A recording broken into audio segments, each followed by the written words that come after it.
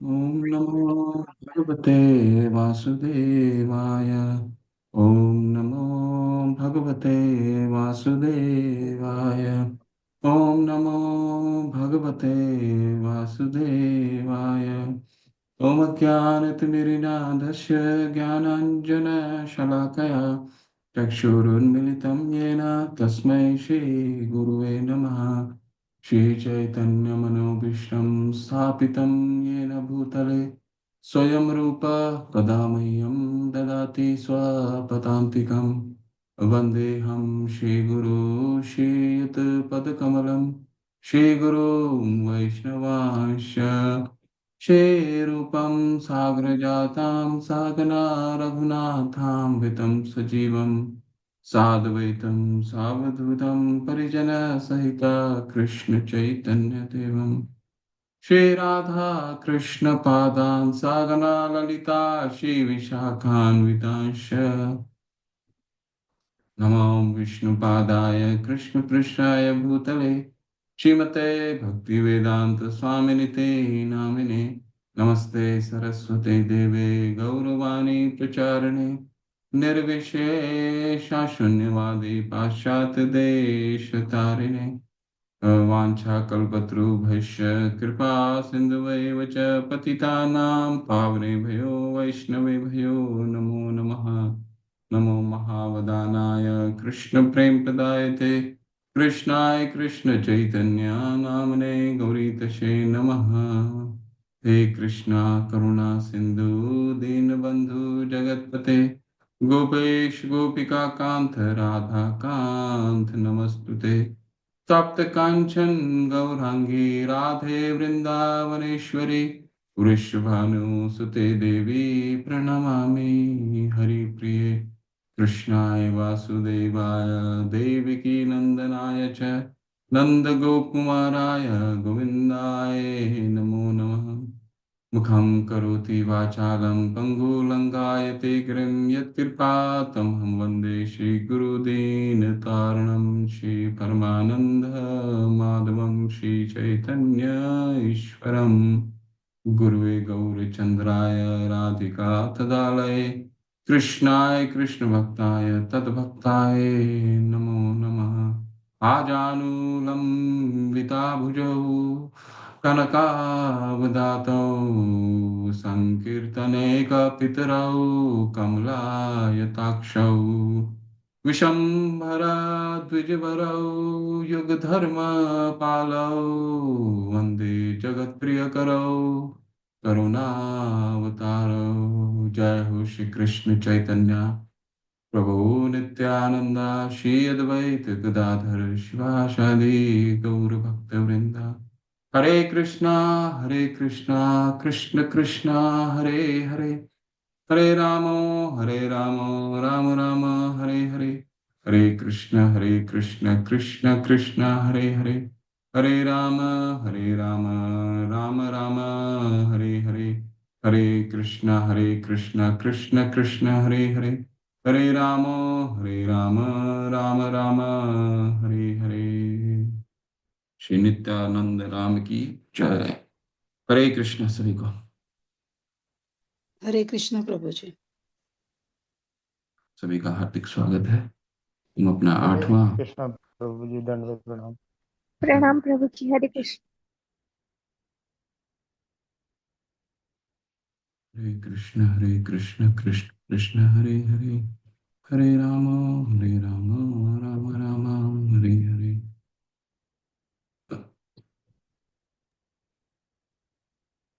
श्लोक संख्या 1। अप्रेयमितस्तन्यां प्रकृतिं विद्धि मे परां जीवभूता महाबाहो ययेदं धार्यते जगत्। देवी हि एषी गुणमयी मम माया दुरत्यया माम एव ये प्रपद्यन्ते मायामितां तरन्ति ते। बहुनां जन्मनामन्ते ज्ञानवान् मां प्रपद्यते वासुदेवः सर्वमिति स महात्मा सुदुर्लभः। अन्तकाले च मामेव स्मरन् कृत्वा कलेवरं यः प्रयाति सद्मद्भावं यान्ति न अस्त्र संशयः। आ ब्रह्म भुवनात् लोका पुनर्वर्तिनो अर्जुन माम उपैत्येत पुनर्कौन्तेय पुनर्जन्म न विद्यते राजविद्या राजगुह्यं पवित्रमिदम् उत्तमं तक्ष्वागमं धर्म्यं सुसुखं कर्तुम् अव्ययम् मया तद्मिदं सर्वं जगत् अव्यक्तमूर्तिना मत्स्थानि सर्वभूतानि न चाहं तेषु अवस्थितः सततं कीर्तयन्तु मां यतियन्तश्च दृढव्रता नमस्यन्तश्च मां भक्त्या नित्ययुक्ता उपासते सम्मोहं सर्वभूतेषु न मे देशो अस्ति न प्रियः ये भजन्ति तु मां भक्त्या मयि ते तेषु चाप्यहम् यान्ति देवव्रता देवान् पित्रं यान्ति पितृव्रता भूतानि यान्ति भूतेज्या यान्ति मद्याजिनोऽपि माम् पत्रं पुष्पं फलं तोयं यो मे भक्त्या प्रयक्षति तदहं भक्त्या प्रीयतम् अश्नामि प्रयतात्मनः यत् करोषि यद्यत् यदश्नासि यत् जुहोषि ददासि यत् यत् तपस्यसि कौन्तेय तत् कुरुष्व मदर्पणम् अहं सर्वस्वप्रभवो मत्तः सर्वं प्रवर्तते इति मत्वा भजन्ते मां बुधा भावसमन्विता तेषां सततयुक्तानां भजतां प्रीतिपूर्वकं ददामि बुद्धियोगं तं येन मामुपयान्ति ते हरे कृष्ण कृष्ण कृष्ण हरे हरे हरे राम राम राम हरे हरे हरे कृष्ण कृष्ण कृष्ण हरे हरे हरे राम राम राम हरे हरे हरे कृष्ण कृष्ण कृष्ण हरे हरे हरे राम राम राम हरे हरे हरे कृष्ण कृष्ण कृष्ण हरे हरे हरे राम राम राम हरे हरे हरे कृष्णा। तो हम अपना हमारा आठवां अध्याय चल रहा है। तो अब तक हमने क्या पढ़ा? श्री राधा गोविंद की जय, शिला प्रभुपाद की जय। तो पिछले सत्र में हमने आठवां अध्याय शुरू किया और ये अध्याय शुरू होता है अर्जुन के प्रश्न से। और ये अर्जुन के प्रश्न आते कहाँ से हैं? अर्जुन के प्रश्न आते हैं सातवें अध्याय के जो अंतिम के दो श्लोक हैं। इसमें भगवान ने कुछ ऐसे शब्दों का इस्तेमाल किया जिसके बारे में सा आदि भूतम क्या है, कई शब्दों का प्रयोग किया सातवें अध्याय के अंत के दो श्लोकों में, जिसका जिसका जो प्रश्न करने के लिए उत्साहित करता है अर्जुन को। ठीक है, तो अर्जुन 6 प्रश्न करते हैं। क्या 6 प्रश्न था? अर्जुन के 6 प्रश्न का उत्तर भगवान देते हैं कि आदि देव कौन से है, आध्यात्म क्या है, ब्रह्म किसको कहते हैं, कर्म किसको कहते हैं, आदि यज्ञ कौन है। ठीक है, और अंत काल में 6 प्रश्न होते हैं। और अंत काल में एक अंत काल में आपको कैसे स्मरण किया जाए, ये जो अंतिम का जो प्रश्न है, ये प्रश्न सभी शास्त्रों का मुख्य प्रश्न होता है। अंतकाल में जो हमारी जीवन जो है वो क्या है, परीक्षा है। और अंतकाल जो जीवन जो है वो अभ्यास है, और अंतकाल जो है क्या है, परीक्षा है। तो श्रीमद् भागवतम में भी परीक्षित महाराज ने सारा श्रीमद् भागवतम सिर्फ 2 प्रश्न के उत्तर पे चलता है। क्या 2 प्रश्न के उत्तर है कि समान एक मनुष्य का जीवन में इन जनरल क्या कर्तव्य होना चाहिए, और दूसरा प्रश्न है कि अंत काल में उसका क्या कर्तव्य होना चाहिए। तो यही प्रश्न का उत्तर भगवान इस अध्याय में भी दे रहे हैं। ठीक है, मृत्यु के समय कृष्ण का स्मरण का हमने चर्चा देखा 5 से लेकर के 9 श्लोक तक। उसमें हमने क्या देखा कि किस तरह से अंतकाल में भगवान का स्मरण किया जा सकता है। भगवान ने क्या कहा, ये अंतकाल च मामेव स्मरण मुक्त्वा कलेवरम, जैसा जैसा तुम मुझे स्मरण करोगे, अंतकाल में अगर तुम मेरा स्मरण करोगे तो कलेवरम उसी तरह मतलब शरीर प्राप्त करोगे। अंतकाले च मामेव स्मरण मुक्त्वा कलेवरम, कलेवरम का मतलब होता है शरीर। यद मत और अंतकाल में मुझे प्राप्त करोगे, ऐसा करके भगवान बताते हैं। ठीक, इसके तत्पश्चात भगवान बताते हैं कि जो जिस भाव में स्मरण करता है वो उसी भाव को प्राप्त करता है। फिर हमने दो उदाहरण भी देखे। ठीक है, यम यम वापी स्मरण भावम तयज तयंते कलेवरम। जिस जिस भाव में जो जो जैसा स्मरण करता है उस भाव को वो प्राप्त करता है। तो हमने दो उदाहरण भी देखा। भरत महाराज का उदाहरण देखा और कैलाश रूपी भक्त का जो हमें कथा में प्राप्त होता है, शास्त्रों में कथा में, उसका भी हमने उदाहरण देखा। ठीक है, लेकिन अंतकाल में स्मरण करने के लिए क्या करना पड़ेगा? तो उसके लिए अभ्यास करना पड़ेगा। किस तरह भगवान को स्मरण किया जा सकता है उसका भी तरीका भगवान बताते हैं कि अर्जुन को बोलते हैं, अर्जुन तुम युद्ध करो, वो मुझे स्मरण करता है, मुझे हमेशा अपने मन और बुद्धि मुझ में अर्पित करो। तस्मात् सर्वेषु कालेषु माम अनुस्मर युद्ध च मयि अर्पितो मन और बुद्धि। मेरे में अपने मन और बुद्धि को अर्पित करते हो, युद्ध करो। ठीक है, कर्म को कभी नहीं रोकने के लिए भगवान ने बोला है, भगवत गीता कहीं भी नहीं बोला है कि कर्म को रोक करके मुझे स्मरण करो। लेकिन ये कैसे संभव है कि आदमी एक युद्ध भी कर रहा है, और युद्ध तो ऐसा महत्वपूर्ण चीज है, उससे महत्वपूर्ण कोई आपातकालीन कुछ कुछ इमरजेंसी या कुछ आपातकाल नहीं हो सकता। ठीक है, युद्ध से इसीलिए भगवत गीता का जो ज्ञान है, ऐसे आपातकालीन व्यवस्था में श्री भगवान ने बताया कि इसको हर वक्त हम इसको पढ़ सकते हैं। हमारे लिए कोई समय नहीं होना चाहिए कि भगवत गीता हम कब पढ़ना शुरू करें। इसीलिए भगवान ने ऐसे वक्त में भगवत गीता सुनाई जो सबसे आपातकालीन था, इमरजेंसी था, जिसमें कोई भगवत गीता भगवान का नाम का स्मरण भी नहीं कर सकता है। युद्ध कर रहा है कोई व्यक्ति, उसमें कैसे स्मरण कर सकता है? ठीक है, तो भगवान ने उसी समय भगवत गीता का ज्ञान बताया। इसके लिए क्या करना पड़ेगा? भगवान को अगर युद्ध में भी अगर स्मरण करना है तो उसके लिए क्या करना पड़ेगा? तो 9वें श्लोक में भगवान बोलते हैं अभ्यास करना पड़ेगा। अभ्यास योग युक्तेन चेतसा न अन्य गामिना। ठीक है, अभ्यास करना पड़ेगा, सारा जीवन अभ्यास करना पड़ेगा, तभी तभी युद्ध में स्मरण आ सकते हैं। नहीं तो युद्ध में कोई स्मरण नहीं आ सकता। हमारा जीवन भी ऐसा ही युद्ध है ना, कि 6 चीजों से युद्ध हमेशा लड़ते रहते हैं हम। क्या? मोह, मत्सर्य, ठीक है, काम, क्रोध, लोभ, इन 6 चीजों से हम हमेशा हमारा हमारा युद्ध चलता रहता है। इसलिए हम सुबह सुबह क्या करते हैं कि संसार दावा नलली ढलो का, संसार में भगवान, हम गुरु की वंदना करते हैं ताकि हमारा गुरु जो है, हम हमारे दवाग्नल आग जो हमारे जीवन में लगता है इन 6 चीजों के कारण, काम, क्रोध, लोभ, मोह, मद, मत्सर्य, ठीक है, इस इनके कारण जो हमारा जीवन, जिसके कारण हमारा मन विचलित रहता है हमेशा, ये ये संसार का दवाग्नल आग है। जैसे जंगल में आग लगता है तो आग लगने का कोई कारण नहीं होता है, जंगल में कोई जाकर के आग नहीं लगा सकता।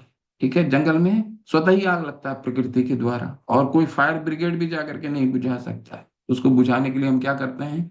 गुरु की वंदना करते हैं। गुरु हमारी वंदना सुनेंगे, तब वो अ, भगवान तक, हमारी श्री कृष्ण तक हमारी संदेश को पहुंचाएंगे, और फिर बारिश वो बारिश होगी, और तब फिर हमारा ये दवाग्नल आग शांत हो। ठीक है, तो इसके बारे में भगवान बताते हैं 5 से 9। यहाँ से हम शुरू करते हैं योग मिश्र भक्ति 10 से 13 में।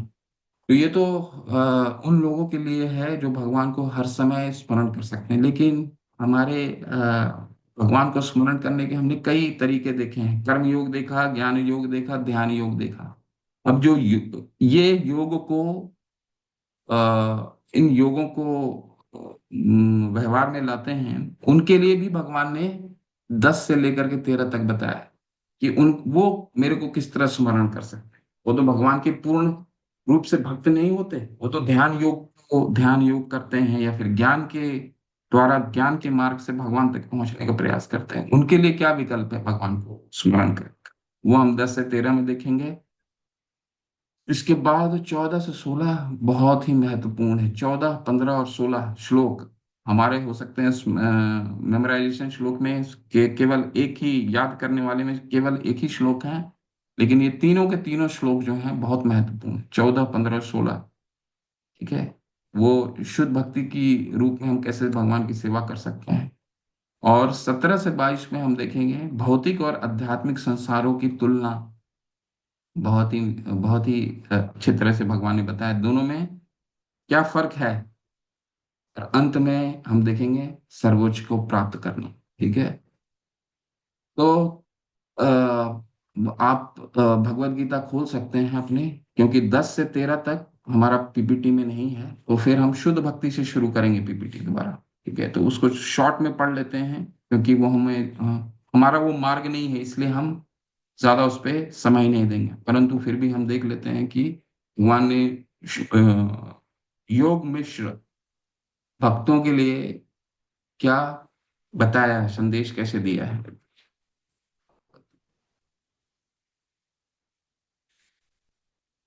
हरे कृष्ण कृष्ण कृष्ण हरे हरे, हरे राम राम राम हरे हरे, हरे कृष्ण कृष्ण हरे हरे, हरे राम राम हरे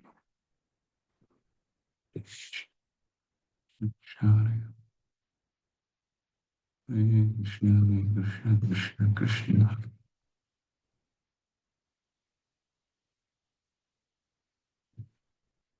हरे कृष्ण कृष्ण कृष्ण हरे हरे, हरे राम राम राम हरे कृष्ण कृष्ण हरे हरे, हरे राम हरे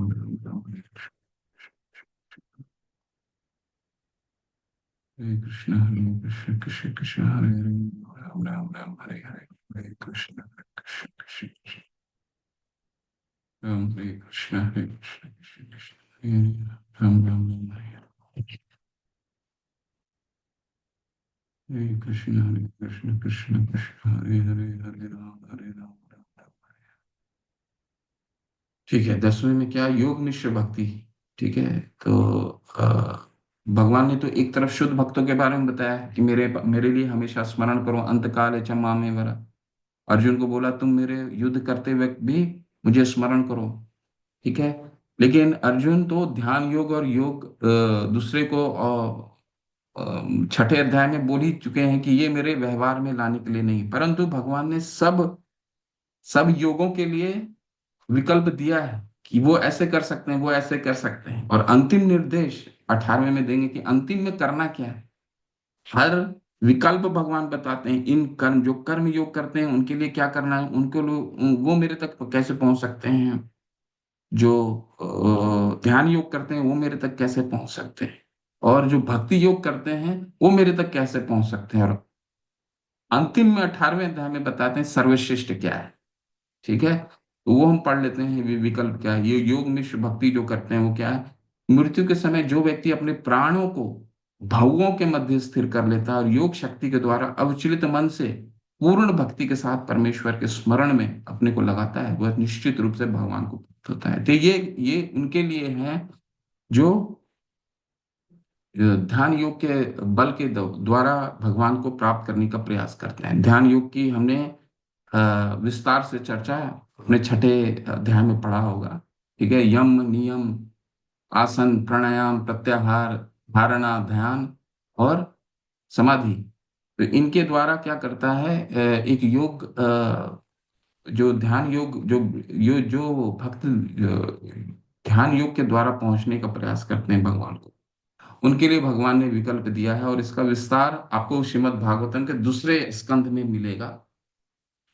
ठीक है, कि वो अपने प्राणों को भवों के मध्य स्थिर कर लेते हैं, क्योंकि प्राणायाम जो होता है, प्राणायाम प्रत्याहार प्रत्याहार प्राणायाम में क्या होता है, हमारे शरीर में 6 तरह के वायु होते हैं, उन 6 वायु को नियंत्रण करने के जो प्राणायाम हमने सुना है, वो प्राणायाम बहुत ही अधूरा है। प्राणायाम अपने आप में एक पतंजलि योग है। पतंजलि योग में क्या होता है कि अपने शरीर में 6 तरह के वायु को नियंत्रण करने की व्यवस्था बताई हुई है, नियंत्रण करने का नियम बताया गया है। वही पतंजलि योग के द्वारा एक भक्त क्या करता है, अपने मध्य में अपने प्राण को भौवें के मध्य में स्थिर कर लेता है, और योग शक्ति के द्वारा अविचलित मन से पूर्ण भक्ति के साथ परमेश्वर के स्मरण में अपने आप को लगाता है। ये समाधि के स्तर में पहुंचता है, वह निश्चित रूप से भगवान को प्राप्त होता है। ये समाधि का स्तर है। ठीक है। इसके बाद ये क्या करते हैं, जो वेदों के ज्ञाता हैं, ये तो योग भक्तियों के, ये ध्यान योगियों के लिए कहा गया है। अब जो जो वेदों के ज्ञाता हैं, ये वेदों के ज्ञाता कौन हो गए? जो ज्ञान का मार्ग ढूंढते हैं, ज्ञान योग के माध्यम से भगवान पे पहुंचना चाहते हैं। हमें हमेशा योग सीढ़ी हमेशा याद रखना चाहिए। छठे अध्याय में योग सीढ़ी का बहुत अच्छा से वर्णन है। योग सीढ़ी क्या होता है कि जो सबसे पहले आता है कर्म कांड। जो कर्म, भगवान जो शास्त्रों के अनुसार कर्म करते हैं, ये मैं दोबारा रिपीट कर रहा हूँ, इसको नोट करके रखिए कहीं। योग सीढ़ी हम सबको स्मरण होना चाहिए। ठीक है, योग सीढ़ी क्या होता है? योग सीढ़ी सबसे पहला स्तर होता है पशु स्तर, जब भगवान को नहीं मानता। ठीक है, इसके ऊपर क्या होता है? कर्म कांड का स्तर। कर्म कांड में क्या होता है कि सभी शास्त्रों का पालन करता है, लेकिन अपनी इच्छा पूर्ति के लिए भगवान को आराधना करता है। ठीक है, तो वो कर्म कांड हो गया।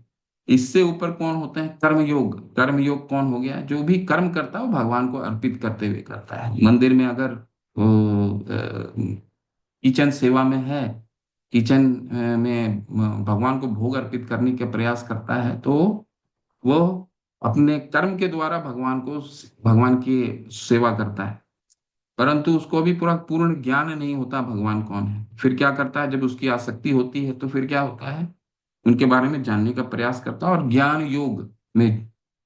ज्ञान योग में जाता है। ज्ञान योग में शास्त्रों का अध्ययन करता है, और शास्त्रों का अध्ययन के माध्यम से फिर उसकी आसक्ति और बढ़ती है। तब क्या होता है? ध्यान योग के तरफ जाता है, और ध्यान योग के बाद भगवान को जानता है। तो ये योग सीढ़ी है, परंतु हम इस सीढ़ी को नहीं फॉलो करते। हमारा संप्रदाय इस सीढ़ी को नहीं फॉलो करता है। क्यों? क्योंकि हम शुरू से ही भक्ति करते हैं। भक्ति योग हम शुरू शुरू से ही उनकी जानते हैं। हमारे आचार्यों ने क्या कहा है कि कृष्ण ही भगवान है। हमें ये जानने की आवश्यकता नहीं है, कर्म करने की आवश्यकता नहीं है भगवान को जानने के लिए। शास्त्रों को जो पढ़ने की आवश्यकता नहीं है भगवान को जानने के लिए।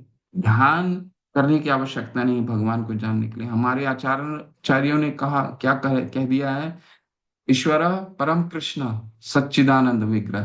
कृष्ण ही भगवान। तो शुरू से ही हम जानते हैं। तो हम क्या करते हैं? हम भक्ति योग शुरू से फॉलो करते हैं। तो इसीलिए हमारा क्या है संप्रदाय, गौड़ीय मार्ग संप्रदाय क्या है? वो लिफ्ट की तरह काम करता है।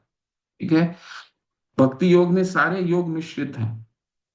ठीक, ध्यान योग भी है, क्योंकि हम जब करते हैं तो भगवान का ध्यान करते हैं। ज्ञान भी है, हम शास्त्रों का अध्ययन करते हैं और भगवान के लिए सेवा भी करते हैं। युक्त वैराग्य मुच्यते। कर्म योग क्या है हमारे लिए?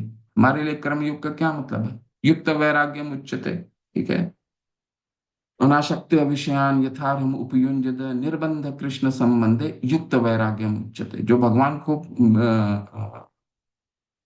हम अपने सभी चीजों को भगवान को अर्पित करते हैं, तो ये हमारे लिए कर्म योग है। ठीक है, लेकिन जो ज्ञान योगी हैं उनके लिए क्या भगवान कह रहे हैं? जो वेदों के ज्ञाता हैं, जो ओंकार का उच्चारण करते हैं, और जो संन्यास आश्रम के बड़े बड़े मुनि हैं, वे ब्रह्म में प्रवेश करते हैं। ऐसी सिद्धि की इच्छा करने वाले ब्रह्मचर्य व्रत का अभ्यास करते हैं। अब मैं तुम्हें यह विधि बताऊंगा जिससे कोई भी व्यक्ति मुक्ति लाभ कर सकता है। ठीक है, तो ये ज्ञान योगी का मार्ग है। समस्त इंद्रिय क्रियाओं से विरक्ति का योग की स्थिति योग धारणा कहा जाता है। इंद्रियों को, समस्त द्वारों को बंद करके तथा मन को हृदय में और प्राण वायु को सिर पर केंद्रित करके मनुष्य अपने को योग में स्थापित करता है। ये वही ध्यान योग है जो छठे अध्याय में हमने विस्तार से पढ़ा है। तो इस पे हम ज्यादा चर्चा नहीं करेंगे। मैंने आपको एक ब्रीफ में बता दिया, एक सारांश में बता दिया। इस योग अभ्यास में स्थित होकर तथा अक्षरों के परम संयोग यानी ओंकार का उच्चारण करते हुए यदि कोई भगवान का चिंतन करता है और अपनी शरीर को त्याग करता है, तो वह निश्चित रूप से आध्यात्मिक लोगों को जाता है। हालांकि इन सब ये जो योग है, इसके द्वारा भी भगवान को पहुंचा जा सकता है। भगवान ने 7वें अध्याय हमने जो खत्म किया, समाप्त किया, उसमें चारों सुकीर्तनों में सबसे सर्वश्रेष्ठ सुकीर्तन किसको बताया उन्होंने? ज्ञानी को बताया। क्यों? और लेकिन ज्ञानी के बारे में भी वो क्या कहते हैं? बहु नाम जन्म नाम अंत ज्ञानवान प्रपद्यते। इनको बहुत जन्म लग जाता है मेरे तक पहुंचने में। ठीक है, हालांकि वो सर्वश्रेष्ठ बताते हैं चार सुकीर्तनों में, आर्तो अर्थार्थी अर्थ, जिज्ञासु और ज्ञानी, इन चारों में सबसे सर्वश्रेष्ठ ज्ञानी को बताते हैं, लेकिन इनको भी बहुत सारा जन्म लग जाता है। ओंकार का उच्चारण करते हैं, ये जानते नहीं कि कृष्ण ही भगवान है, परंतु इनको समय लगते लगते धीरे धीरे समाधि के स्तर में पहुंचते हैं और फिर ये भगवान को स्मरण करते हैं। ठीक है। तो ये हमारा योग मिश्र भक्ति है। ठीक है। अब हम चलते हैं अनन्य, ये 14 से 16 ये हम श्लोक पढ़ेंगे, फिर हम पीपीटी में जाएंगे। बहुत सुंदर श्लोक है ये। शुद्ध भक्ति के मार्ग, अब फिर शुद्ध भक्ति में मार्ग है। शुद्ध भक्ति किस तरह से? 14, 15 और 16 भगवान को स्मरण करने का भगवान देखिए कितना सरलता से कृष्ण अभी समझाएंगे हमें कि मुझे स्मरण करने का कितना सुंदर तरीका, कितना सरल है। अनन्य चेता सततम यो माम स्मृति नित्यश तस्याम अहम सुलभ पार्थ। सुलभ मतलब सरल, नित्य युक्त से योगिना। हे अर्जुन, जो अनन्य भाव से निरंतर मेरा स्मरण करता है उसके लिए मैं सुलभ हूं, क्योंकि वह मेरी भक्ति में प्रवृत्त रहता है। सारा हमारा कृष्ण भावनामृत आंदोलन जो है, बस इसी पे पूरा निर्भर है, किस तरह से हम अनन्य भाव से भगवान को स्मरण कर सकते हैं। और नित्य युक्त से, नित्य युक्त से का क्या मतलब है? हर समय, कि हर समय भगवान को किस तरह स्मरण किया जा सके, यही है शुद्ध भक्ति और कृष्ण भावनामृत। बहुत ही सरल है इसको समझना।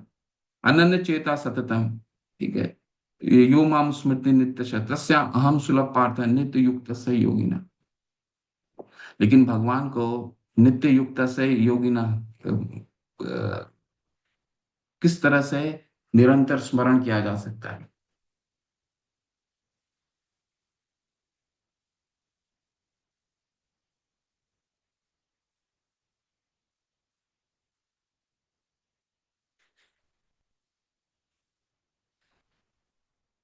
ये बहुत महत्वपूर्ण श्लोक है। इस अध्याय का बहुत महत्वपूर्ण श्लोक है। अनन्य भक्ति, अनन्य भक्ति अ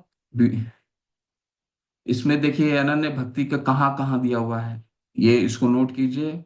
ये अनन्य भक्ति हमारे पूरे भगवत गीता में किन किन श्लोकों के माध्यम से हम जान सकते हैं। जो श्लोक हमने अभी पढ़ा, अनन्य चेता सततम यो माम स्मृति नित्य तस्या अहम सुलभ पार्थ नित्य युक्त स योगिना। ठीक है, भक्ति अनन्य। फिर 8:22 में है, फिर 9:13 में है, भजंत अनन्य मनसो मत चित्ता मदगत प्राणाम बोधयंत परस्परम कथयंत माम नित्यम तुष्यन्ति त रमन्ति च अनन्य अनन्य मनसा। ये कौन सा श्लोक है? 9 13 कौन सा श्लोक है? महात्मा नस्तु माम पार्थम, यही वाला है ना?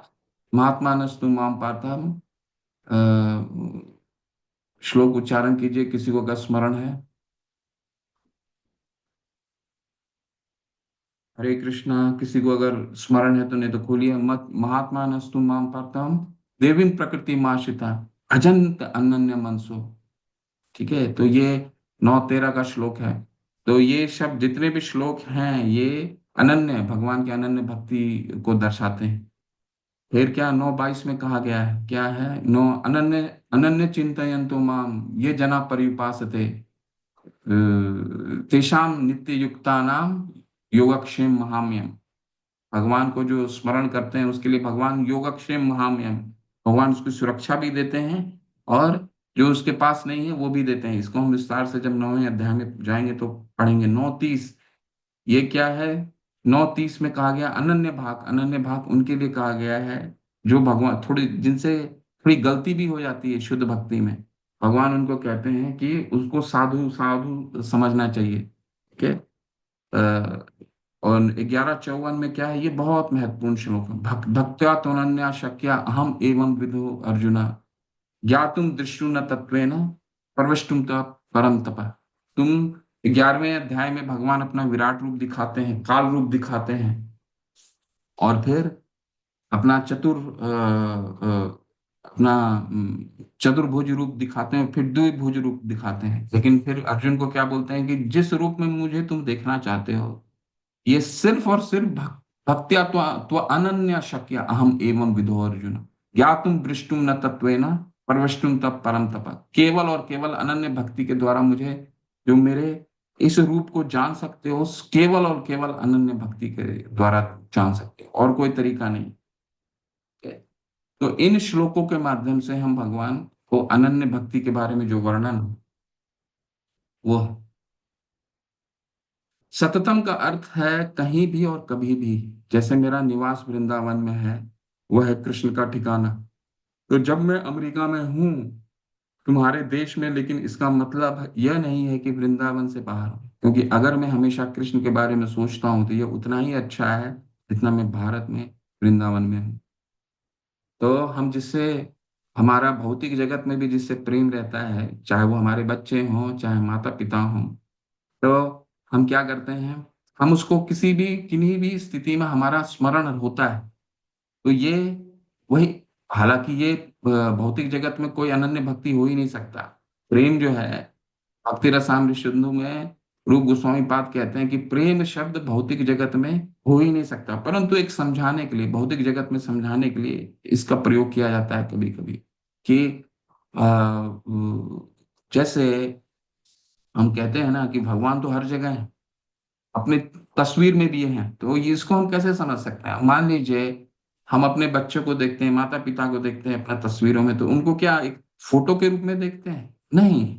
तस्वीर में जब हम उनको देखते हैं तो उनको जीवंत रूप में हम देखते हैं कि ये मेरे माता पिता हैं, ये हमारे बच्चे हैं। तो जीवंत रूप में हम देखते हैं। हम अपने मोबाइल से फोटो क्यों खींचते हैं? फोटो इसलिए खींचते हैं ताकि हम उस पल को हम जीवित रूप, जीवंत देख सकें, जिस पल में हम उस फोटो को खींच रहे हैं। ठीक है।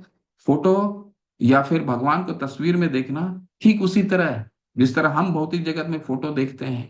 तो अगर हमें किसी से प्रेम है, तो उसको हम साकार रूप में किसी भी रूप में देख सकते हैं, चाहे वो फोटो हो, चाहे वो मोबाइल में की पिक्चर हो।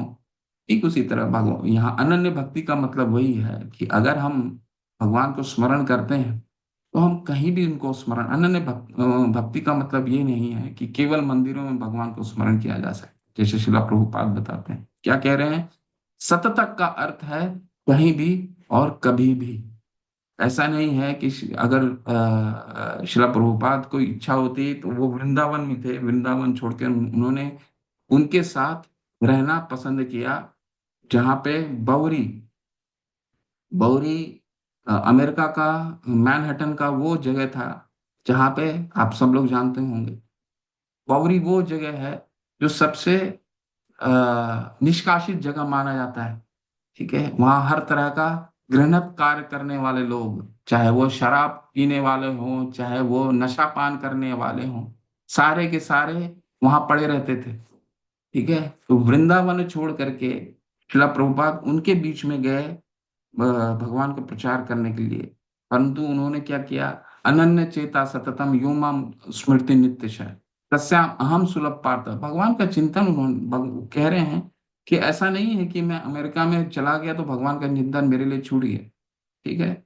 कोई भी व्यक्ति कहीं भी चला जाता है, अपने माँ बाप, अपने बच्चों का प्रेम नहीं भूलता। ठीक उसी तरह भगवान कहते हैं कि अनन्य चेता सततम, कहीं भी कोई चला जाए, केवल मंदिर में भगवान नहीं मिलते। अनन्य भक्ति का मतलब है सततम, भगवान का स्मरण करना। यही हमारा कृष्ण भावना भावित जीवन है। ये जितना प्रयास है, ये सारा प्रयास इसी चिंतन को लाने के लिए है। कृष्ण से चाहते हैं मुझे यह करना ही होगा, मैं अपने लिए कुछ नहीं करूंगा।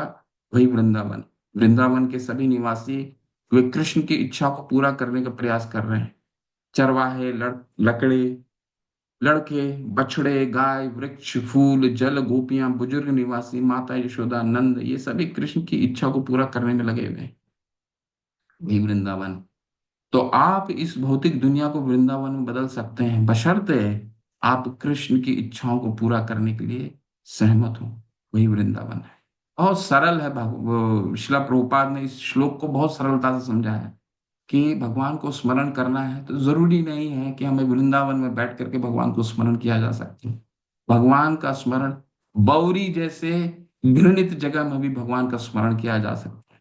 26 एवेन्यू जैसे जगह में भी, जगह को भी धाम बनाया जा सकता है। ठीक है। यही है, यही अनन्य चेता, यही कृष्ण भावना भावित है, भावनामृत है। तस्य अहम सुलभ पार्थ, भगवान सभी के लिए दयालु हैं, लेकिन जैसा कि हमने पहले ही समझाया है, उनका झुकाव विशेष रूप से उन लोगों की ओर है जो हमेशा बिना विचलन के उनकी सेवा करते हैं। ऐसे भक्तों की भगवान विभिन्न प्रकार से सहायता करते हैं। ठीक है। तो हमारे पास कोई दूर जाने की जरूरत नहीं है। शिला प्रभुपाद की जीवनी से भी हम देख सकते हैं कि ऐसे भक्तों को भगवान विभिन्न प्रकार से सहायता करते हैं, विभिन्न प्रकार से सहायता करते हैं। 40 रुपए लेकर के भी कोई अमेरिका में मंदिर बना सकता है। ये इससे सिद्ध होता है कि भगवान अपने भक्तों की किसी भी रूप में कहीं भी सहायता कर सकते हैं। हम तो हमारे कल्पना से भी परे है। शिला प्रभुपाद के पास कितने पैसे थे जब गए थे? 40 रुपए। कौन था उनके पास अमेरिका में जब वो सर्वप्रथम जब अमेरिका पहुंचे, तो उनको ये भी नहीं मालूम था कि कोई उनको लेने के लिए आएगा या नहीं आएगा। ठीक है। तो भगवान ऐसे भगवान सभी के लिए दयालु है। ऐसा नहीं है कि असुरों के लिए दयालु नहीं है। असुरों को भी भगवान की दया हम हो सकता है हम जैसे लोगों को समझ में नहीं आए, तो लेकिन भगवान किसी का वध भी करते हैं। रावण जैसे असुर का वध करते हैं, या अघासुर जैसे असुर का वध करते हैं, किसी असुर का भी वध करते हैं, उसमें भी उनको भगवान का ब्रह्म ज्योति मिलता है। उसमें भी भगवान की दया है। तो भगवान का जो भक्त है, उसके लिए तो भगवान जो सम्मोहम सर्वभूतेषु 9वें अध्याय में जब हम पहुंचेंगे तो अर्जुन को भगवान कहते हैं कि भगवान कभी पक्षपात नहीं करते। कई लोग बोलते हैं ना कि भगवान पक्षपात करते हैं। समोहम सर्वभूतेषु न में देशो अस्ति न प्रिय। मैं किसी से द्वेष नहीं करता, मेरे लिए सब समान बराबर है। असुर को भी मैं उसका गंतव्य देता हूँ, और सुर जो भगवान जो भक्त है भगवान का, उसको तो देंगे ही ना। सम्मोहम सर्वभूतेषु न में देशो अस्ति न प्रिय। भजन्ते तु माम अनन्य भजन्ति तु माम भक्त्या न ते तेषु चापे। लेकिन जो मेरा भक्त है, उसके लिए मैं विशेष ध्यान रखता हूँ। ठीक है। अब माँ के गोद में बच्चे हैं, लेकिन जो बच्चा माँ के दो बच्चे होते हैं, एक बच्चा थोड़ा बड़ा हो जाता है और अपने द्वारा भी थोड़ा सा कार्य करने लग जाता है, परंतु वो बच्चा जो माँ के गोद में होता है पूर्ण रूप से भगवान पे ही माँ पे ही निर्भर करता है। उसकी माँ विशेष ध्यान रखती है। ठीक उसी तरह भगवान के लिए कोई भी भगवान किसी से द्वेष नहीं करते। तस्या अहम सुलभ पार्थ है। ये सुलभ है मुझे पाना, भगवान कहते हैं। बस भक्ति करो। और ऐसे भक्तों की भगवान विभिन्न विभिन्न प्रकार से सहायता करती है, विभिन्न विभिन्न प्रकार से सहायता करते हैं। ठीक है। लॉस एंजलिस जैसे जगह में जहाँ पे कृष्ण का क भी नहीं मालूम था, वहां भी मंदिर का स्थापना करते हैं। और 10 साल में ऐसे ऐसे जगह में उन्होंने मंदिर स्थापना की जहाँ पे दूसरे देश के लोगों को आने भी नहीं दिया जाता था। रूस उस समय बिल्कुल कम्युनिस्ट राज्य था। सोवियत संघ के नाम से एकदम वो कम्युनिस्ट कंट्री था, देश था। और वहां पे भी भक्तों ने मंदिर की स्थापना की। ठीक है। हालांकि उनको बहुत ही द्वेष का सामना करना पड़ा, परंतु स्थापित वहां भी हुआ। हांगकांग में भी हुआ, जहाँ पे पूजा और मंदिरों का स्थापना या चर्च का स्थापना करना निषेध है। ठीक है। इसके बाद फिर श्लोक आता है, आप ब्रह्म भुवनात् लोकात् पुनर्वर्तिनो अर्जुन माम उपैते तु कौन्ते पुनर्जन्म विद्यते। ठीक है। तो ये 14, 15, 16, ये 16वां श्लोक है। इसमें भगवान क्या कहते हैं? इसमें कहते हैं दिन में वे भौतिक गतिविधियों के लिए विभिन्न शरीर प्रताप प्राप्त करते हैं, और रात में उनके पास शरीर नहीं रह जाता है, लेकिन वे विष्णु के शरीर में कॉम्पैक्ट रहते हैं। फिर वे ब्रह्मा के दिन के आगमन का प्रकट होते हैं।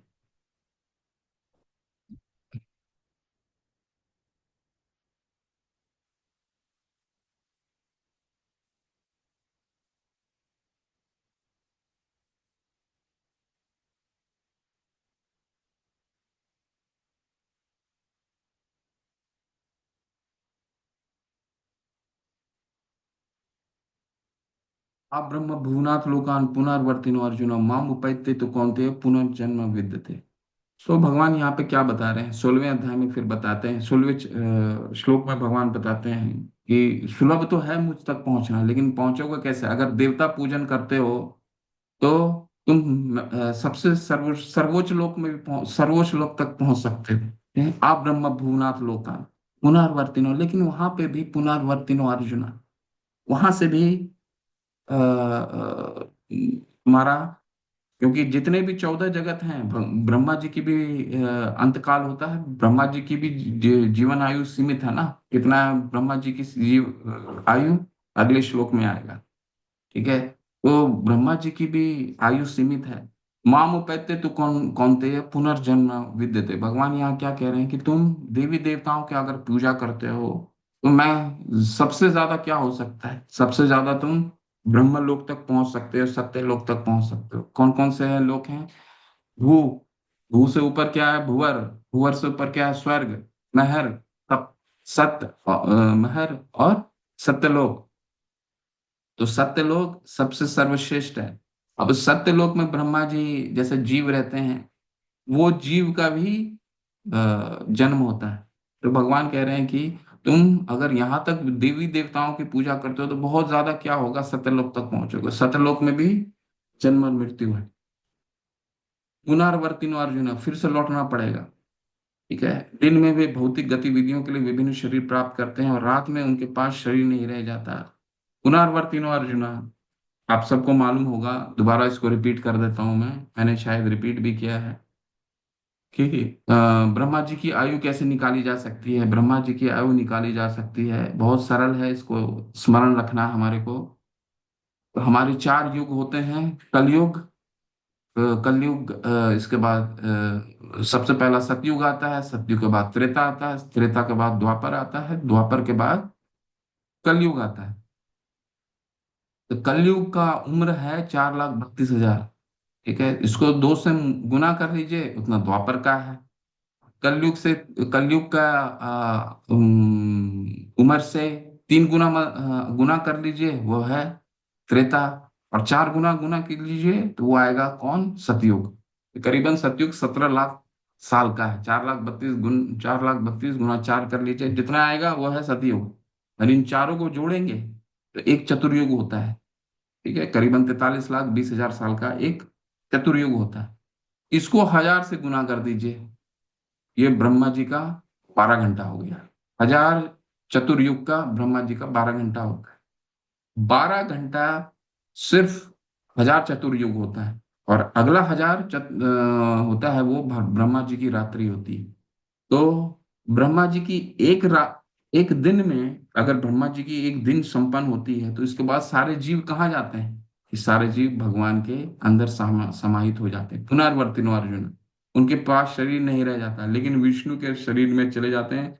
फिर ब्रह्मा के दिन के आगमन पर प्रकट होते हैं, फिर अगला दिन होता है वो फिर प्रकट होते हैं। इतना, ये, इसको एक कल्प कहा जाता है। ठीक है, एक कल्प कहा जाता है, इसको स्मरण करना। अतः जो ब्रह्मा का जीवन समाप्त हो जाता है तो वे सभी नष्ट हो जाते हैं और लाखों वर्ष तक अव्यक्त रहते हैं। और जब ब्रह्मा एक और शस्त्र शस्त्राब्दी में फिर से पैदा होते हैं तो वे फिर से प्रकट होते हैं। इस तरह वे भौतिक संसार के जादू में मोहित हो जाते हैं। तो कई लोगों का प्रश्न होता है कि ब्रह्मा जी जब अगला दिन होता है तो लोग फिर उनको शरीर किस तरह प्राप्त होता है? तो इसको समझने का बहुत ही सरल है। सरल क्या है, जैसे हम दिन रात को अगर सोते हैं, सुबह उठते हैं तो हमें सब कुछ वही, हमारा शरीर वही रहता है जैसा हम रात को सोए रहते हैं। ठीक उसी प्रकार से हमें वही शरीर प्राप्त होता है जिस जो अ, अ, जिस हम जो हमारा कर्म का, जो जिस कर्म के कारण हम हमारा देह त्यागते हैं, अगला शरीर वही कर्म के अनुसार हमें प्राप्त होता है। ठीक है, उसको इस तरह से समझिए। तो भूतवा भूतवा प्रलीयते, बार बार प्रकट और नष्ट होता है। भगवत गीता 8:19 में कहते हैं भूतवा भूतवा प्रलीयते, यानी ये बार बार प्रकट होता है। जैसे जैसे आपका 1000 चतुर्युग होगा। ब्रह्मा जी की एक रात्रि होगी, जीव समाप्त हो जाएगा, भगवान में प्रवेश कर जाएगा, अगला फिर उसे वही योनि प्राप्त होगी। पुरुषम प्रकृति स्तो ही भूंजते प्रकृति जान गुना, जैसे जैसे हम प्रकृति का विदोहन करेंगे, अगला शरीर उसी तरह से प्राप्त होगा। ठीक है। भूतवा भूतवा प्रलीयते। 16 से 19, 20 और 22 ये बहुत महत्वपूर्ण है, इसको भी हम भगवत गीता से पढ़ते हैं। आध्यात्मिक दुनिया और भौतिक दुनिया का कंपैरिजन।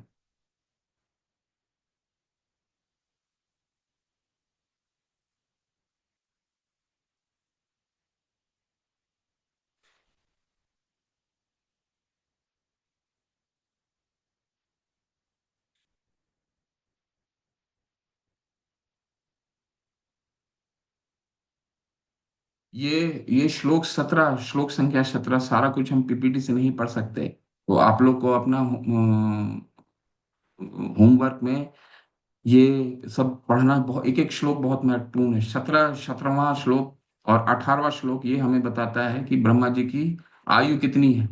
मानवीय गणना के अनुसार 1000 युग मिलाकर ब्रह्मा का दिन बनता है, और इतनी ही बड़ी ब्रह्मा की रात्रि भी होती है। तो इसको आपको हमेशा याद रखना है। ठीक है। क्या क्या याद रखना है हमें? एक चतुर्युग कितना साल का होता है? 43,20,000 साल। ठीक है। इसी तरह 71 चतुर्युग का एक मनवंतर होता है। मनवंतर का क्या मतलब होता है? जिसमें एक मनु राज्य करते हैं। ठीक है। एक मनु राज्य करते हैं, ऐसे 71 चतुर्युग का होता है। ठीक है। और 71, एक मनवंतर 14 मनवंतर का एक कल्प होता है। यानी कि एक कल्प 12 घंटे का ब्रह्मा जी का दिन, यानी 1000 चतुर्युग। तो ये सब कैलकुलेशन हमारे में हमेशा कंठस्थ होने चाहिए। ठीक है। ब्रह्मा के दिन में शुभारंभ में सारे जीव अव्यक्त अवस्था में व्यक्त होते हैं, और फिर जब रात्रि आती है तो वे पुनः अव्यक्त में विलीन हो जाते हैं। अव्यक्त यानी भगवान में विलीन हो जाते हैं। जब जब ब्रह्मा का दिन आता है तो सारे जीव प्रकट होते हैं, और ब्रह्मा की रात्रि होते ही वे असहायवत विलीन हो जाते हैं। ठीक है। तो विलीन हो जाते हैं, और फिर उनको वही शरीर प्राप्त होता है जिस शरीर से वो प्रकृति का विदोहन करते हैं। अगला शरीर वैसे ही प्राप्त होता है।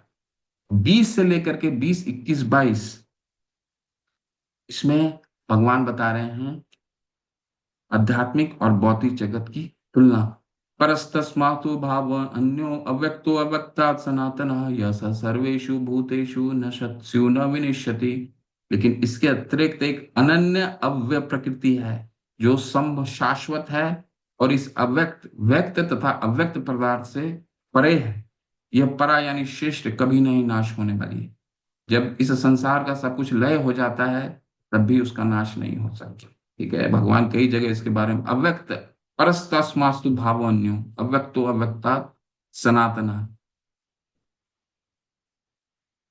यानी इसके अलावा भगवान कह रहे हैं कि मेरे ऐसा जगत है जो कभी भी विनाश नहीं होता, जो कभी भी प्रकट नहीं होता। वो कौन सा देश है, वो कौन सा राज्य है?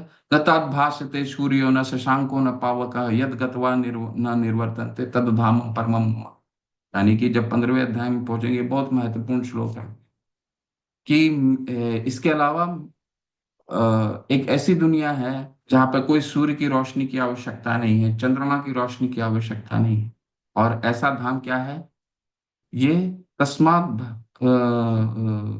परस्तस्मास्तु भावनी अव्यक्त है, वो सनातन धाम। वो कभी विनिष्ट नहीं होता।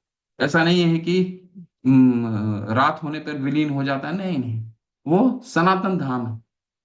ठीक है। तो भौतिक जगत और आध्यात्मिक जगत की तुलना में सबसे पहला क्या तुलना है? भौतिक जगत शाश्वत है। 14 के 14 जगत शाश्वत है। हमारा 24 घंटा शाश्वत होता है, 24 घंटा, लेकिन ब्रह्मा लोक में भी शाश्वत है। 1000 चतुर्युग में समाप्त हो जाता है। वो छोटा कल्प है। और बड़ा कल्प कौन सा है? जब ब्रह्मा जी की ब्रह्मा जी का शरीर त्यागने का वक्त आ जाता है, वो बड़ा कल्प। ठीक है। जब ब्रह्मा जी का 100 वर्ष पूर्ण हो जाता है, तब भी हमारा भौतिक जगत समाप्त होता है, अव्यक्त में चला जाता है, जिसे वेदांती अप्रकट और अविनाशी बताते हैं, जो परम गंतव्य है, जिसे प्राप्त कर लेने पर कोई वापस नहीं आता। यही वही मेरा परम धाम। ठीक है, तो हमारे मन में कई प्रश्न होते होंगे, तो फिर हम आए कैसे? जब हम वहां भगवान के साथ में थे, उनके धाम में थे, तो फिर इस भौतिक जगत में फिर आया कैसे गए? भगवान तो कह रहे हैं कि मेरे धाम में जो जाता है वो वापस नहीं आता। ऐसे मन में आते हैं ना प्रश्न। तो इसका प्रश्न का उत्तर 7वें अध्याय के 27वें श्लोक में मिलता है। इच्छा द्वेष समुत्थान, वहां पर भी जाकर के हमने कहीं ना कहीं भगवान से द्वेष किया, तब हमें ये भौतिक जगत मिला। ठीक है, अपने स्वतंत्रता का दुरुपयोग हम हर जगह किए हैं, इसी के कारण हम इस भौतिक जगत में भी प्रताड़ना मिलती है, और आध्यात्मिक जगत में भी हमें वहां से निकाला गया और भौतिक जगत प्राप्त हुआ। ठीक है, भगवान जो सबसे महान है, अनन्य भक्ति द्वारा ही प्राप्त किया जा सकता है। यद्यपि वे अपने धाम में विराजमान हैं, तो भी वे सर्वव्यापी और इनमें उनमें सब कुछ स्थित है। ठीक है, तो ये फर्क है भौतिक जगत और आध्यात्मिक जगत में। अब भौतिक जगत क्या है? अशाश्वत है, यानी कि समाप्त होने वाला है। और आध्यात्मिक जगत क्या है? सनातन धाम। तो जैसे हमें क्या चाहिए, ये हमारे चॉइस पे है। जैसे हम भौतिक जगत में क्या करना चाहते हैं, हम मरना नहीं चाहते। भगवान कह रहे हैं, ये तो खुद ही दुखालय माम उपत्य तो पुनर्जन्म दुखालयम अशाश्वतम। कहाँ मैंने यहाँ, ये भगवान ने तो नहीं बोला है कि यहाँ पे कभी भी तुमको सुख प्राप्त होगा। दुखालयम अशाप, भगवान ने कहा क्या? माम उपत्य तो पुनर्जन्म दुखालयम अशाश्वतम नाप्नुवन्ति महात्मानम संसिद्धिम परमाम गता। लेकिन जब इस भौतिक जगत से ऊपर जाओगे, तभी तुमको असली सुख का अनुभव हो सकता है, क्योंकि वहां फिर जन्म मृत्यु नहीं है। क्यों? क्योंकि वो जगत ही सनातन है। ये भौतिक जगत ही शाश्वत नहीं है, तो हमारा जीवन कैसे शाश्वत हो सकता है? ठीक है, तो ये दोनों का तुलना है। हे भरत श्रेष्ठ, अब मैं उन विभिन्न कालों को बताऊंगा जिनमें इस संसार से प्रयाण करने के बाद योगी पुनः आता है अथवा नहीं आता है। ठीक है, तो अब फिर हम योग मिश्र भक्ति की ओर जा रहे हैं। भगवान उनको उनके लिए विकल्प बता रहे हैं कि जो योग योगी है, तो ध्यान योग करता है, जो ज्ञान योगी है, जो कर्म योगी है, वो अपना शरीर किस तरह से त्याग सकता है। हम हमें तो भगवान ने बता दिया, अनन्य चेता सततम यो माम स्मृत, मेरा स्मरण करो। और अंत में हम पहुंचेंगे कि भगवान हम आप भक्तों के लिए क्या संदेश देते हैं, भक्त क्या चाहता है। योगियों के लिए भी बता रहे हैं। देखिए योगी के बारे में क्या बताते हैं। जो योगी धुएं रात्रि कृष्ण पक्ष में या सूर्य के दक्षिणायन रहने के 6 महीनों में दिवंगत होता है, वह चंद्रलोक को जाता है, किंतु वहां से पुनः पृथ्वी पर चला आता है। लेकिन अभी उनके लिए कह रहे हैं जो योग साधना के द्वारा अपने समय को चुनता है, कृष्ण पक्ष या सूर्य के दक्षिणायन उत्तरायण। ठीक है, ये चुन सकते हैं, क्योंकि ये इनकी समाधि इतनी साधना इतनी तीव्र होती है कि अपनी मृत्यु के समय को भी ये चुनते हैं। ठीक है, योगी चुन सकते हैं कि कब मरना है। और ये मृत्यु को क्यों चुनते हैं? क्योंकि इन्हें एक गंतव्य होता है। मुझे चंद्रलोक जाना है, चंद्रलोक में भी 1000 साल का 10,000 साल का जीवन है। चंद्रलोक क्या है? स्वर्गलोक का एक भाग है। ठीक है, चंद्रलोक में 10,000 साल है, तो वहां पे वो क्या चाहते हैं योगी? योगी चाहता है कि वहां 10,000 साल जा करके, यहाँ तो मेरा जीवन दुखालयम है ही। ये समझ में आ गया उनको कि इस भौतिक योगियों को ये समझ में आता है कि यहाँ ये जो जगत है, भौतिक जगत दुख का घर है। तो ये ऐसी जगह जाना चाहते हैं जहाँ पे 10,000 साल आराम से रहें, सोमरस का पान करें। ठीक है, लेकिन श्रील प्रभुपाद क्या कह रहे हैं? किंतु वहां से पुनः पृथ्वी पे वो चला आता है। 10,000 साल भी तो खत्म होंगे, जिस तरह 40 साल खत्म होते हैं, 60 साल हमारे भौतिक जगत में एक व्यक्ति का जीवन खत्म होता है, 80 साल होता है। 10,000 साल भी तो खत्म होता है। जब 311 ट्रिलियन साल नहीं रहेगा, तो 10,000 कहाँ से रहेगा? 311 ब्रह्मा जी का कितना वर्ष है? 311 ट्रिलियन साल। ठीक है, तो वो भी अभी हमने पढ़ लिया। आप ब्रह्मा भुवनाथ लोकान, भगवान ने बता दिया कि ब्रह्मा जी का लोग भी शाश्वत नहीं। तो चंद्रलोक कहाँ से शाश्वत रहेगा? जो परम ब्रह्म के ज्ञाता हैं, वे अग्निदेव के प्रभाव में, प्रकाश में, दिन के सुभक्षण में शुक्ल पक्ष में, या जब सूर्य उत्तरायण में रहता है, उन 6 मासों में इस संसार से शरीर त्याग करने पर से परम ब्रह्म को प्राप्त करते हैं। ठीक है। तो परम ब्रह्म को प्राप्त करते हैं। ऐसे कई योगी होते हैं जो कुछ योगियों के बारे में चर्चा हुई कि अभी वो चंद्र लोक तक जाना चाहते हैं, स्वर्ग का भोग करना चाहते हैं। एक तो वो हो गए। दूसरे लोग क्या है, नहीं मुझे भगवान को प्राप्त करना है, भगवान में विलीन होना चाहते हैं, तो क्या करते हैं वो ब्रह्म ज्योति तक जाते हैं। ऐसे कई पंथ है ना जो बोलते हैं कि ब्रह्म ही भगवान है। तो उन योगियों के लिए क्या कहा गया है कि उन 6 मास में इस तरह से वो कर सकते हैं। काश, क्योंकि शरीर योग साधना के द्वारा अपने 6 वायु को नियंत्रण करते हैं। दिन में सुबक्षण शुक्ल पक्ष में, या जब वो सूर्य उत्तरायण में रहता है, तो उन 6 मासों में उसे इस संसार से शरीर त्याग करने में उस परम ब्रह्म को प्राप्त करते हैं। हालांकि परम ब्रह्म तक प्राप्त करने के लिए भी बहुत कठिनाई है। भगवान 12वें अध्याय में पहुंचेंगे तो बताएंगे कि कलेशो अधिकतर शाम अव्यक्त आसक्त चेतसाम, वो कलेशो भरा मार्ग है, लेकिन अंततः मुझ तक पहुंचता है। ऐसा नहीं कि नहीं पहुंचता है, परंतु गिरने का, पतन का हमेशा चांस रहता है। जो योगी धुएं रात्रि कृष्ण पक्ष में या सूर्य के दक्षिणायन रहने के 6 महीनों में दिवंगत होता है,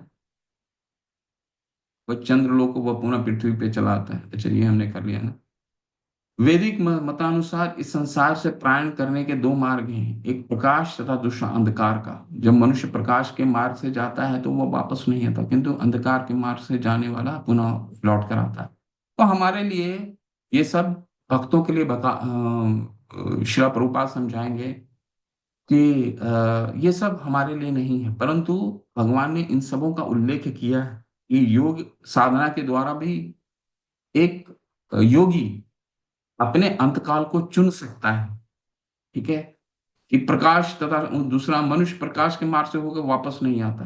ठीक है, प्रकाश के मार्ग से जाता है तो वापस, क्योंकि वो ब्रह्म ज्योति तक चला जाता है। ठीक है। किंतु अंधकार के मार्ग से जाने वाला पुनः लौट करके वापस आता है। हे अर्जुन, यद्यपि भक्तगण इन दोनों मार्ग को जानते हैं, किंतु वे मोहग्रस्त नहीं होते। अतः तुम भक्ति में सदैव स्थिर रहो। भगवान ने सब कुछ बता दिया। योग अनन्य चेता सततम यो माम स्मृति, मेरा स्मरण करो, और कुछ करने की आवश्यकता नहीं है। फिर बता दिया कि अगर तुम योग सिद्धि भी करते हो तो ये तरीका है। फिर अंत में अपना निष्कर्ष दे रहे हैं कि तुम्हें करना क्या चाहिए। क्या निष्कर्ष है? यद्यपि भक्तगण इन दोनों मार्ग को जानते हैं, किंतु वे मोहग्रस्त नहीं होते। अतः तुम भक्ति में सदैव स्थिर रहो। तो भगवान का भक्त कहाँ मृत्यु से भयभीत रहता है। चित्रगुप्त, आप सबको राजा चित्रकेतु की कथा याद होगी। राजा चित्रकेतु क्या थे, उनको भगवान के भक्ति से उनको गंधर्व भ्रमण करने का गंधर्व योनि भी प्राप्त हुआ था, जिससे वो सारे स्वर्ग का मार्ग को भ्रमण कर सकते थे। ठीक है। तो भ्रमण करते करते एक बार क्या देखे वो, शिव जी और पार्वती, माता पार्वती संग बैठकर श्रीमद् भागवतम का कथा कह रहे हैं। तो क्या कथा कहते कहते जब वहां उन्होंने देखा कि अरे, ये इतने नजदीक दोनों बैठ करके, एक स्त्री और पुरुष नजदीक बैठ करके किस तरह से श्रीमद् भागवतम की कैसे कथा हो सकती है, तो इस पे उन्होंने कुछ कह दिया, जिसमें शिव जी तो उनके गुरु भाई थे, उन्होंने कुछ नहीं कहा, परंतु माता पार्वती को ये बात अच्छी नहीं लगी। फिर उन्होंने श्राप दे दिया कि तुम अगले जन्म में असुर का योनि प्राप्त होगे। फिर भी राजा जो थे वो चित्रकेतु, वो भयभीत नहीं हुए। शिव जी भयभीत ना होने के कारण, माता पार्वती पूछती हैं ये भयभीत क्यों नहीं हुआ मृत्यु से।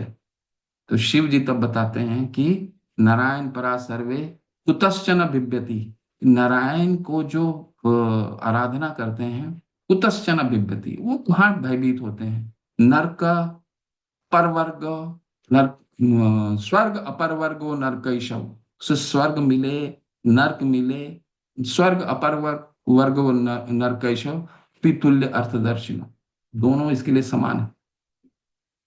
ठीक है। भक्त को कोई किसी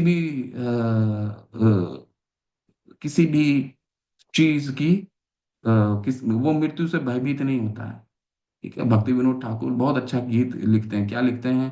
मानस देह गेह जे किछु मोर, अर्पिलु तू आपदे नंद किशोर, मार बिराख बीज इच्छा तुम्हार, नित्य दास प्रति तुआ अधिकार। मानस देह, मेरे पास जो भी देह मिला है, मानस देह, मनुष्य का देह मिला है, मेरे पास जो भी है, आरपी तू आपदे, जो मेरा परिवार है, मेरे पास जो भी कुछ है, आपको अर्पित है खाना, ऐसा करके भक्ति विनोद ठाकुर अपने गीत में लिखते हैं। मारा भी राखा भी, जो इच्छा तुम्हारा, आप मारिए, रखिए, ये आपकी इच्छा पे है। मारा भी राखा भी, जे इच्छा तुम्हारा, नित्य दास प्रति तुआ अधिकार। मैं आपका दास हूँ, और आप जिस अधिकार से जैसा मुझे रखना चाहते हैं, जिस दंड, जो भी दंड देना चाहते हैं, ये सिर्फ आप पे है। तो भगवान का भक्त कभी भी किसी चीज से भयभीत नहीं होता। उसे मृत्यु का समय चुनने की कोई आवश्यकता नहीं। ठीक है,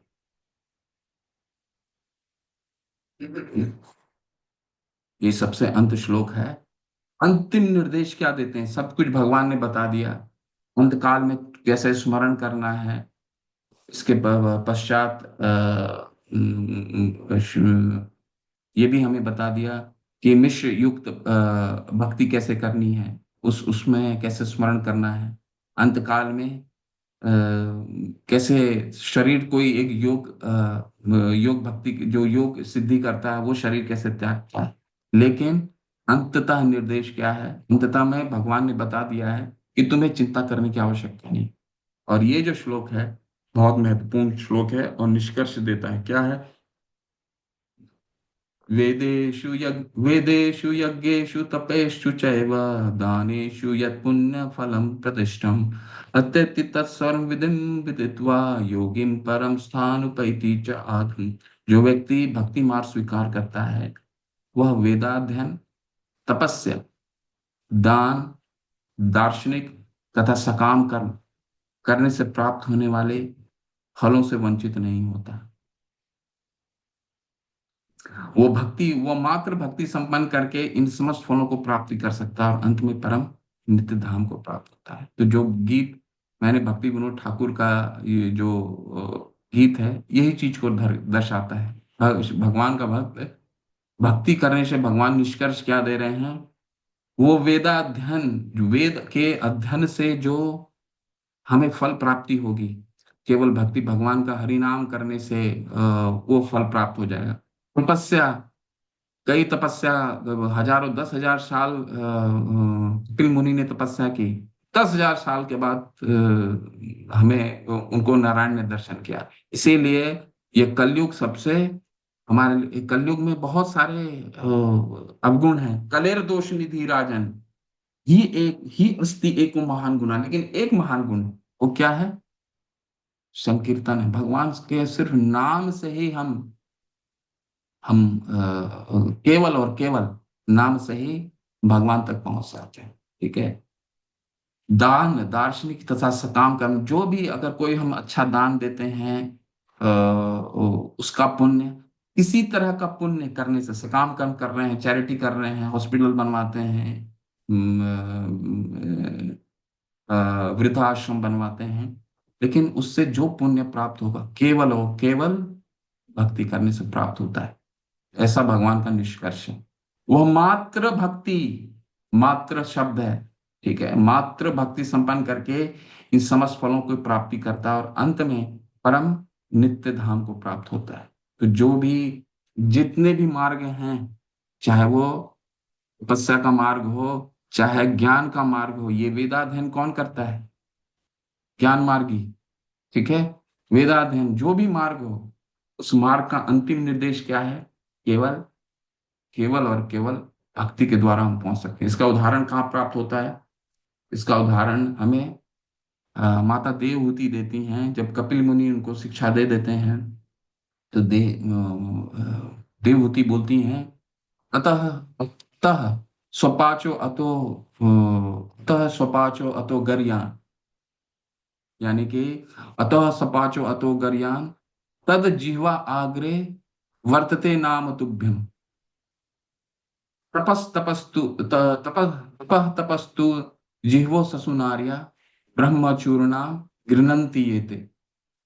स्वपाचो अतः अतो स्वपाचो अतो गर्यान, यानी कि जो डॉग ईटर, जो कुत्ते का मांस खाते हैं, सबसे अधम योनि कहा जाता है जो कुत्ते का मांस खाता है। जो कुत्ता का मांस खाता है, अतः स्वपाचो अतो गर्यान, यानी कि जो कुत्ते का मांस खाता है तो वो भी पूजा के तुल्य है, वो भी आपके पूजने के तुल्य है। क्यों?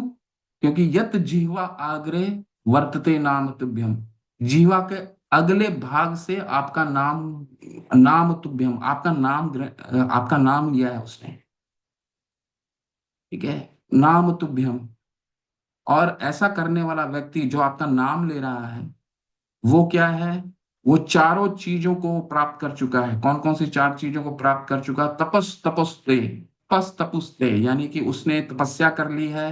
क्या तपस्या की है? सुबह उठा है, भगवान का आराधना किया, मंगल आरती किया है, चैंटिंग किया है, ये तपस्या है। उस तपस्ते जुहू ससुनारिया, जुहू का मतलब क्या होता है? जुहू मतलब होता है उसने कई ऐसे जगह जाकर स्नान किया है। आज की तारीख में कई लोग प्रयागराज जा रहे हैं स्नान करने के लिए, और फिर आकर के वही गलत काम करेंगे जो पहले कर रहे थे। उससे कोई फर्क नहीं पड़ता। आप कितना भी स्नान कर लीजिए महाकुंभ में, कोई फर्क नहीं पड़ेगा अगर आपके मुख में हरि का नाम नहीं है। भगवान यहाँ कह रहे हैं जो हरि का नाम ले रहा है, देवहूति के माता देवहूति कह रही हैं, जीवो तपुस तपस्ते युवु ससुनारे, ठीक है।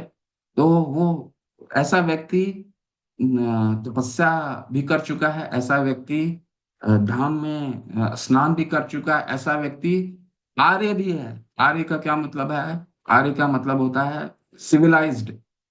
और ब्रह्मचूर्णम गृह्णन्ति ये थे, ब्रह्मचूर्णम का मतलब है ऐसा व्यक्ति शास्त्रों का भी अध्ययन कर लिया, ठीक है। ऐसा माता देवहूति कहती है। ठीक वही कह रहे हैं, भगवान ने वही चीज कहा है। तो सिर्फ और सिर्फ हम हरि नाम अगर लेते हैं, जो यज्ञ की स्तुति इस कलयुग में की गई है, वो यज्ञ की स्तुति सिर्फ लेने से हमें वो सारे फल प्राप्त हो सकते हैं, जो तपस्या, जो दान, जो दर्शन, जो अ, स्नान, जो सकाम कर्म से प्राप्त होते हैं, ठीक है। हरे कृष्णा, ये आपका अंतिम श्लोक था। शिल प्रभुपाद की जय। देखिए, ऐसा है, एक अ, एक डिवोटी ने बहुत अच्छा उदाहरण देते हैं। क्या उदाहरण देते हैं कि सतयुग में कभी कभी क्या है, कभी आप अच्छे इंस्टीट्यूशन जाते हैं, वहां पढ़ाई करते हैं, कभी आप देखते होंगे अच्छे इंस्टीट्यूशन में क्या होता है कि सब लोग पास, स्टूडेंट पास नहीं हो पाता है। वो क्या करते हैं, स्टूडेंट को पास नहीं होता है तो क्या करते हैं कि उस स्टूडेंट जो पास नहीं हो पाता, उनके लिए अलग से कक्षा चलाते हैं ताकि वो पास हो जाए। तो सतयुग कुछ ऐसा ही था। सतयुग में क्या था, 1 लाख वर्ष था। और वहां उस समय का वो क्या था आपका, सतयुग का था भगवान की तपस्या, है ना। 10-10 हजार, लाख लाख, 10-10 हजार वर्ष लोग तपस्या करते थे। उसमें जो पास नहीं हुआ उसको बोले ठीक है, कोई बात नहीं, तुम्हारे लिए और थोड़ा सा सरल प्रश्न कर देते हैं। और फिर त्रेता युग कर दिया। त्रेता युग में उनको बोला गया कि ठीक है, तुम एक काम करो, तुम यज्ञ करो, यज्ञ, तुम्हारे पास जो पैसा है यज्ञ करो। ठीक उसी तरह की एक इंस्टीट्यूशन में जब एक लोग फेल हो जाते हैं, बच्चे फेल हो जाते हैं, तो उनके लिए से अलग से कक्षा चलाई जाती है सप्लीमेंट्री बोल करके, और थोड़ा प्रश्न जो है सरल कर दिया जाता है ताकि वो पास हो जाए किसी न किसी तरह से। ठीक उसी तरह से त्रेता में और भी भगवान ने सरल कर दिया, जो चलो जाओ, तुम थोड़ा सा वो यज्ञ करो, तुमको मिल जाएगा धाम। वहां से भी जो फेल हो गए, उनको फिर बोला कि चलो तुम जाओ द्वापर जाओ, वहां तो तुम क्या करो, मंदिर की पूजा करो, जो आसान है। कम से कम यहाँ 10 हजार का तप तो नहीं है, 10 हजार वर्ष का तप तो नहीं है। मान लीजिए सप्लीमेंट्री में भी जो फेल हो जाता है, उसके लिए क्या करते हैं, उसके लिए टीचर प्रोफेसर क्या करते हैं कि एक एक काम करो, तुम्हारे लिए और प्रश्न कर सरल कर देते हैं। तुम इस बार आके कम से कम परीक्षा दो, ठीक है? और अंत में जो द्वापर में भी फेल हो गए, हम लोग सभी लोग वही हैं जो द्वापर में भी फेल हो गए और कलयुग में आ जाते हैं। ये वो लोग हैं जो सप्लीमेंट्री के बाद भी, सप्लीमेंट्री लगाने के बाद भी जो फेल हो जाता है, उसके लिए प्रोफेसर क्या करते हैं कि बस तुम एक आओ, आंसर पेपर में अपना नाम लिख दो, बस नाम लिख करके दे दो, तुमको मैं पास कर दूंगा। भगवान ने हमारे लिए यही किया, क्वेश्चन पेपर दे दिया। हम हर हर युग में फेल होते आ गए, क्वेश्चन पेपर दे दिया, बोला कि तुम हरि नाम लिख लो, तो सिर्फ और सिर्फ हरि नाम लिख लो, तुमको वो सारा कुछ मिल जाएगा जो सतयुग में यज्ञ करने से मिलता था, द्वापर में, त्रेता में, सतयुग में तपस्या से मिलता था, द्वापर में यज्ञ से मिलता था, और त्रेता में मंदिर पूजन से मिलता था। वो सारा फल मिल जाएगा केवल और केवल तुम क्वेश्चन पेपर में हरि नाम लिख दो, ठीक है? हरि हरि, हरे कृष्ण कृष्ण कृष्ण हरे हरे, हरे राम राम राम हरे हरे। राम श्रील राम हरे प्रभुपाद हरे। किन्हीं का कोई प्रश्न है, कुछ जोड़ना चाहते हैं?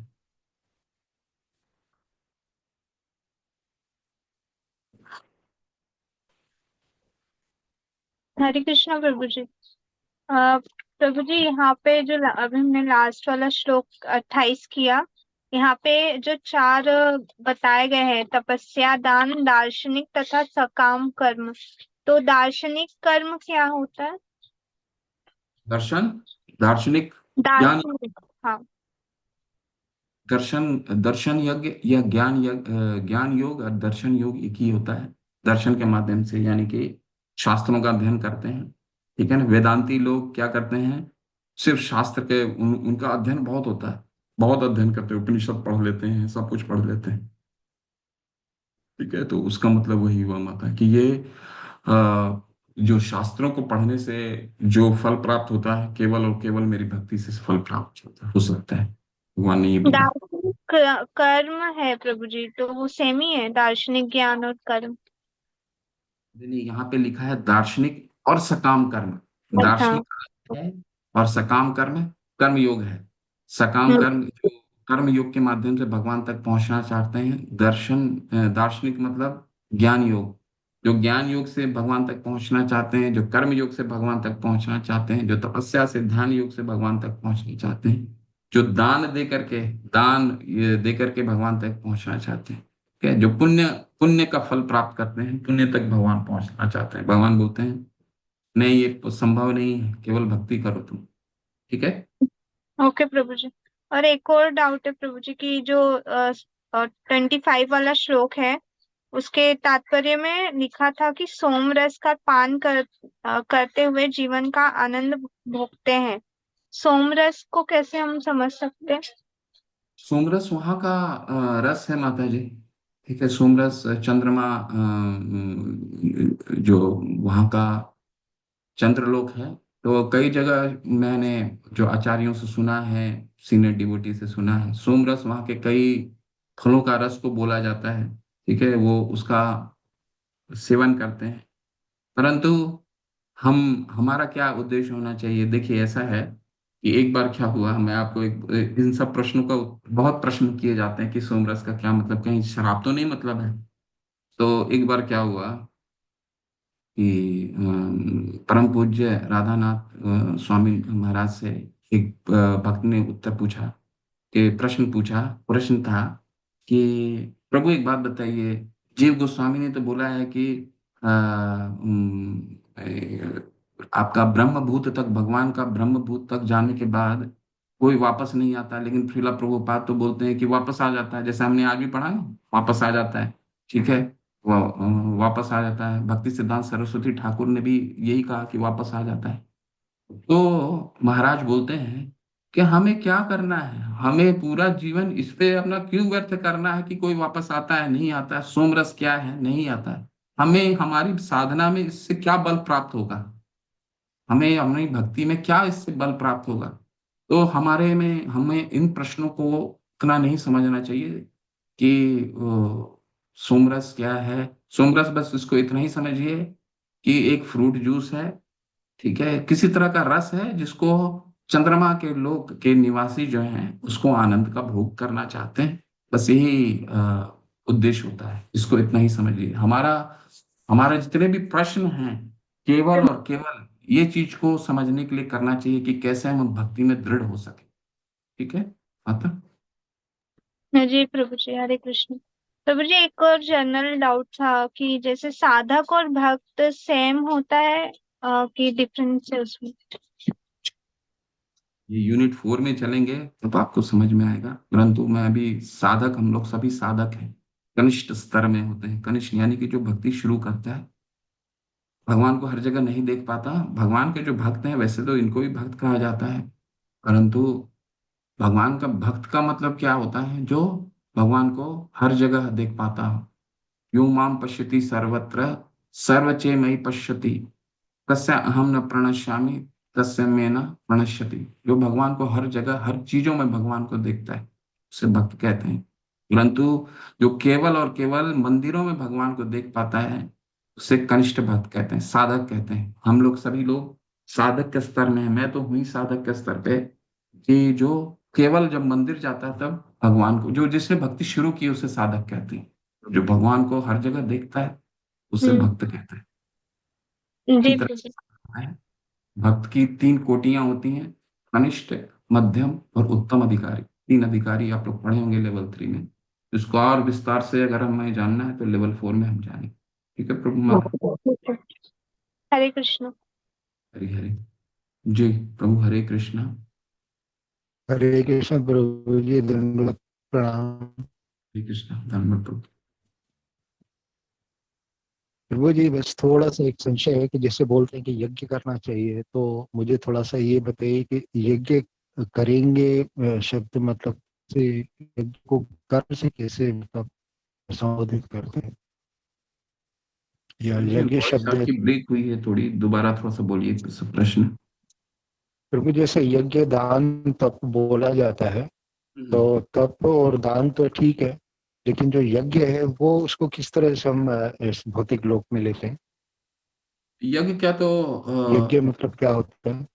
हाँ, तीसरे अध्याय में हमने पढ़ा है ना उसको, वो परिभाषा तो दिया गया है। यज्ञ क्या मतलब होता है? यज्ञार्थार्थ कर्मणो अन्यत्र लोकोयम कर्म बंधना तदर्थम कर्म कौन्तेय मुक्त जी। संग समाचार। यज्ञ का मतलब होता है वो विधि जिससे भगवान विष्णु को हम स्मरण कर सकें।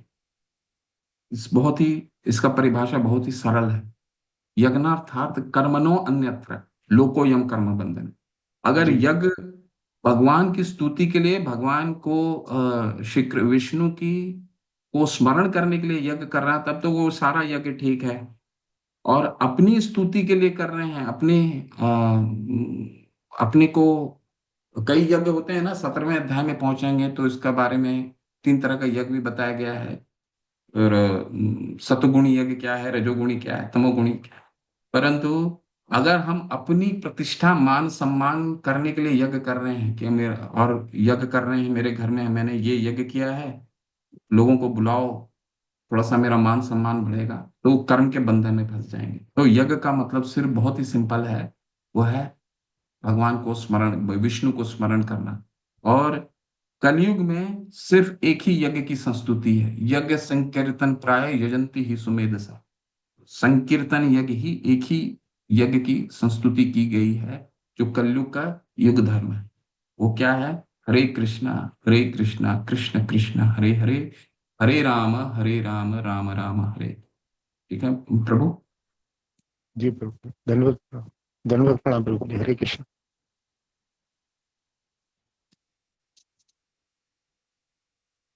और किसी का कोई प्रश्न नहीं है?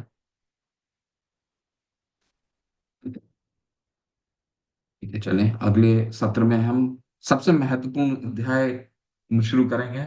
और ये अध्याय मैं पीपीटी से पढ़ाना मुझे पसंद नहीं है, तो मैं पीपीटी तो करूंगा ही क्योंकि क्लास है तो करना पड़ेगा। पर एक एक श्लोक हम पढ़ेंगे उसका, आप लोग इसको पढ़ के आइए और इसको 2 या 3 सेशन में संपन्न करेंगे। बहुत महत्वपूर्ण अध्याय है। ठीक है। वाञ्छाकल्पतरुभ्यश्च कृपा सिन्धुभ्येव च पतितानां पावनेभ्यो वैष्णवेभ्यो नमो नमः। अनंत कोटि वैष्णव वृंद की जय। श्रील प्रभुपाद की जय। हरिदास ठाकुर की जय, नामाचार्य हरिदास ठाकुर की जय। हरे कृष्ण आप सभी को।